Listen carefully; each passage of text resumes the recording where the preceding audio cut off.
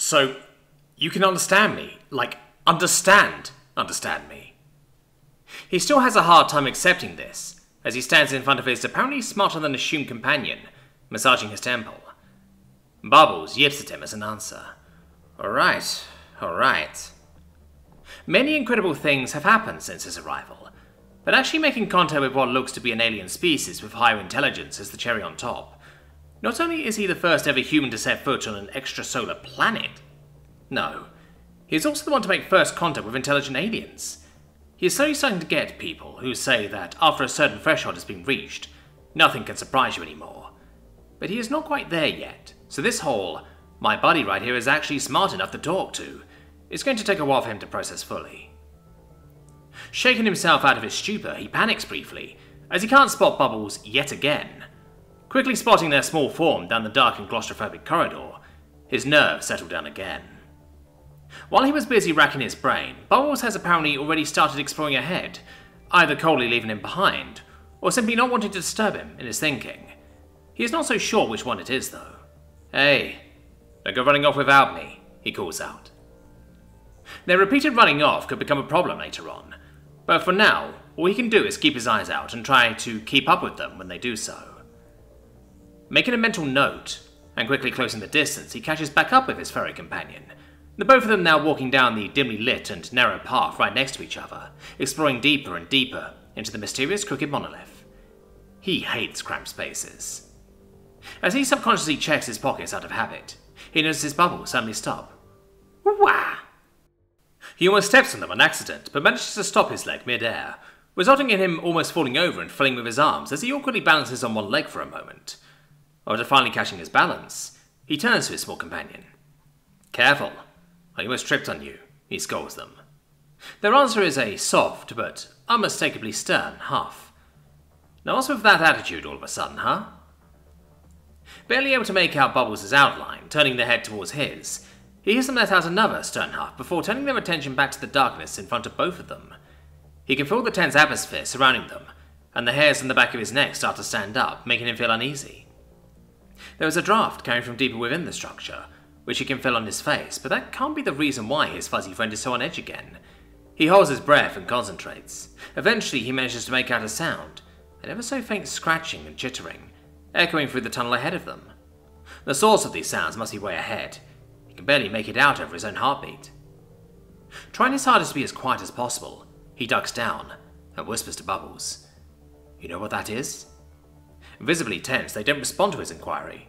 He gives a small nod, narrowing his eyes. All right. Making an effort to be as quiet about it as he can, he grabs one of his glorified glow sticks from his pockets and cracks it cautiously. He is still a bit unsure if that's the right decision, but he very much likes the ability to see. The icy walls reflect the vibrant orange light and bounce it off in all directions, making for a very pretty, if claustrophobic, display. At least he can see Bubbles clearly now. He hooks the bright orange stick on his belt, unclips his survival knife from his holster, and grabs it tightly, taking out his flare gun with his other hand. Leaning over to a surprised Bubbles, he whispers to them as he cocks the hammer. When I shout the word boom, close your eyes.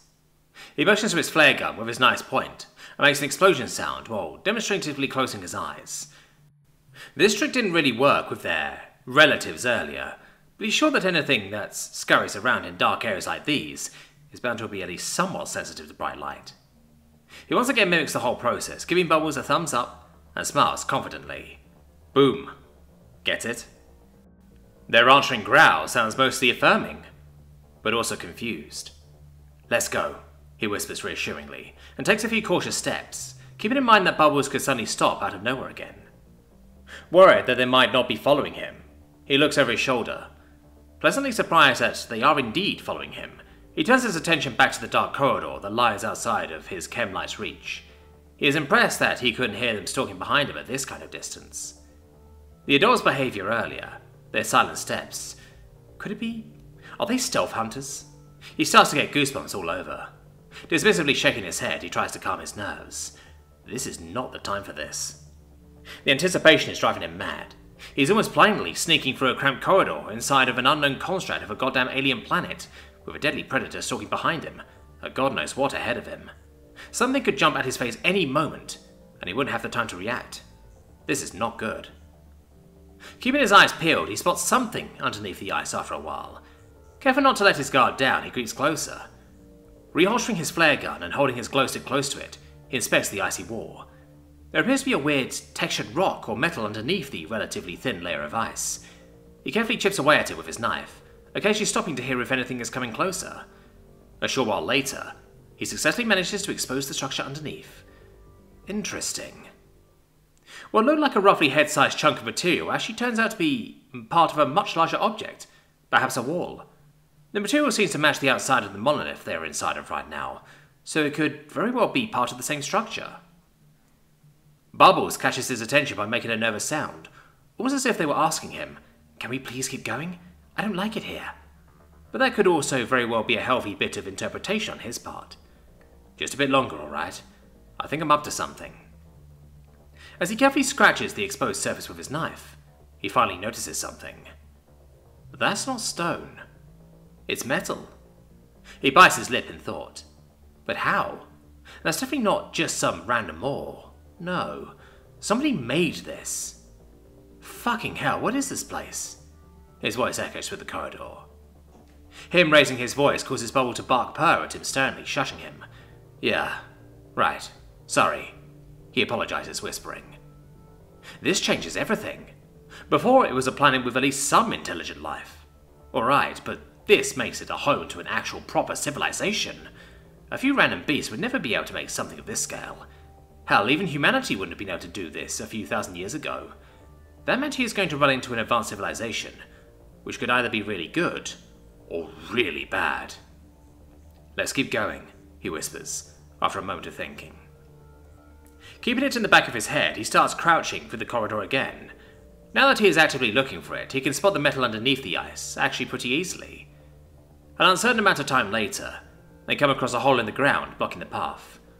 "You hear something?" he asks, just to be careful. The crimson-coloured cutie chatters softly, giving him the impression that they don't feel threatened right now. Okay. Suspecting something lurking inside of the hole, he breaks a chunk of ice in the wall and tosses it in, waiting for a reaction. Tick, tick, tick. On his way down, the chunk of ice taps the wall a few times, but he can't hear anything that would confirm his suspicions. Crack! Way too many seconds later, the chunk finally hits some ground. He whistles quietly. "Oh boy, that's a long fall. You better stay away from that edge. We want you falling in there." He carefully approaches the roughly 2-meter diameter hole, trying to see across. Mere steps away from it, he can see a dead end across. Shit. He turns around and sneaks back to a nervous Bubbles, who is currently waiting for him. Seems that way is our only option. He points towards the hole in the ground. "But don't worry, I actually have the equipment for that, would you believe?" He laughs softly. He then holsters his knife back on his leg and sets his backpack down on the ground. "I know I put it in here, so where is it?" "Aha, here." He pulls out a long metal spike, not unlike those that are currently wrapped around his right forearm, and a thick coil of rope. Ta-da! I'll take it down. Either doubting him or simply dumbfounded, they blankly stare at him. "Now, don't be like that. I'll let you know that I have some training. And honestly, you want to go down too, don't you?" He smirks. Bubble sits down to their hinds and makes a few defensive sounds. "Oh no, you're coming with me. No one gets left behind now," he almost threatens.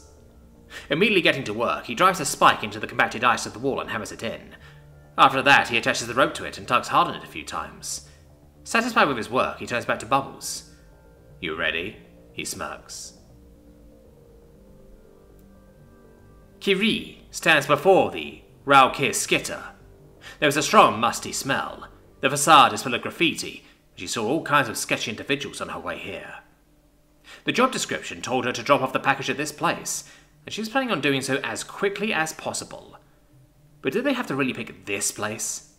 Out of all the options on Calvale 1, of course, it just had to be this dump. Typical.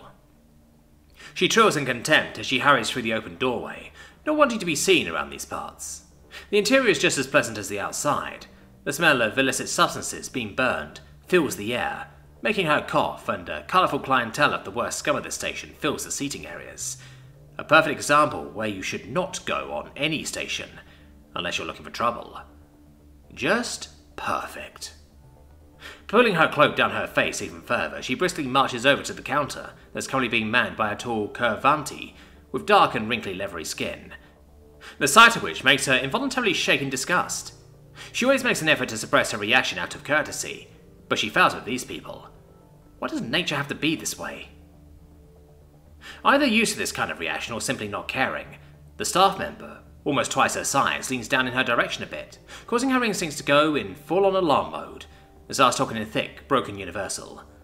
What you need? It is obvious that this person has never received any education on speaking Uni.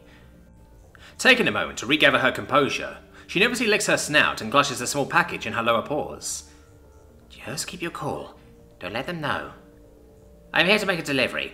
A package for Drawam, she responds, slowly and calmly. This whole job is super sketchy and she knows it. But she needs the quick credits, and this is her last one before she leaves the station anyways. She can leave this chit-forsaken place as soon as this little box leaves her paws, and she will never have to go here again. The towering individual in front of her sways from side to side, shifting on their free walking appendages. Good, you. Go there. They motion to a door in the back of the room, which she has to stretch a bit to see through the crowd, but eventually manages to make out clearly. Thanks. She quickly moves away from the counter. This would be a lot easier with Kroganar's help, but she was told to keep a low profile, so here she is. As she makes her way to the far end of the room, she doesn't have to look up from the floor, as she skillfully dodges a few individuals. Even without looking at them, she knows she's probably the smallest person in here. Just don't stand out. Slinking through the crowd, she finally makes it to the open door, her client already waiting for her. Pushing the once colourful but now faded and smelling fabric aside, she enters the room. I have a delivery for Drawam. Oh.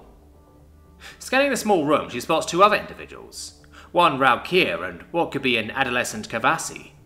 The way these two are entangled with each other right now makes her feel uncomfortable. The Savasi speaks up first, shooting her a look. Finally, took those cheats long enough. Their voice feels like needles on her skin, and her body feels as if she is burning up alive. Without saying another word, she sets a small, but to her relatively heavy package on the table in front of them, and forces herself to look at the Kavasi. Good, good, they hiss. They pause for a moment, making her anxiety even worse. You didn't look inside, right? She instantly shoots up. Without a single sliver of doubt, answers, No, I never open the packages. Apparently satisfied, her client takes out his very pricey-looking communicator and gestures at her, causing her own comparatively shabby-looking communicator to make a sound. She takes it out and gives the transaction a once-over. We happy? They ask her, with a venomous glare in their eyes. Yes, I'll be my way then, she quickly blurts out. As she turns around to leave, Drawam, if that even is their real name, speaks up. She knew it. Something is off with this. Ready for whatever could be next, she turns to face them. Just so you know, I know your face now. If I get some unwanted visitors, I will find you. Glad that this pointless little facade is all that's to it, she simply shrugs to confirm to them that she got the message, and turns to leave. I can't wait to leave this place.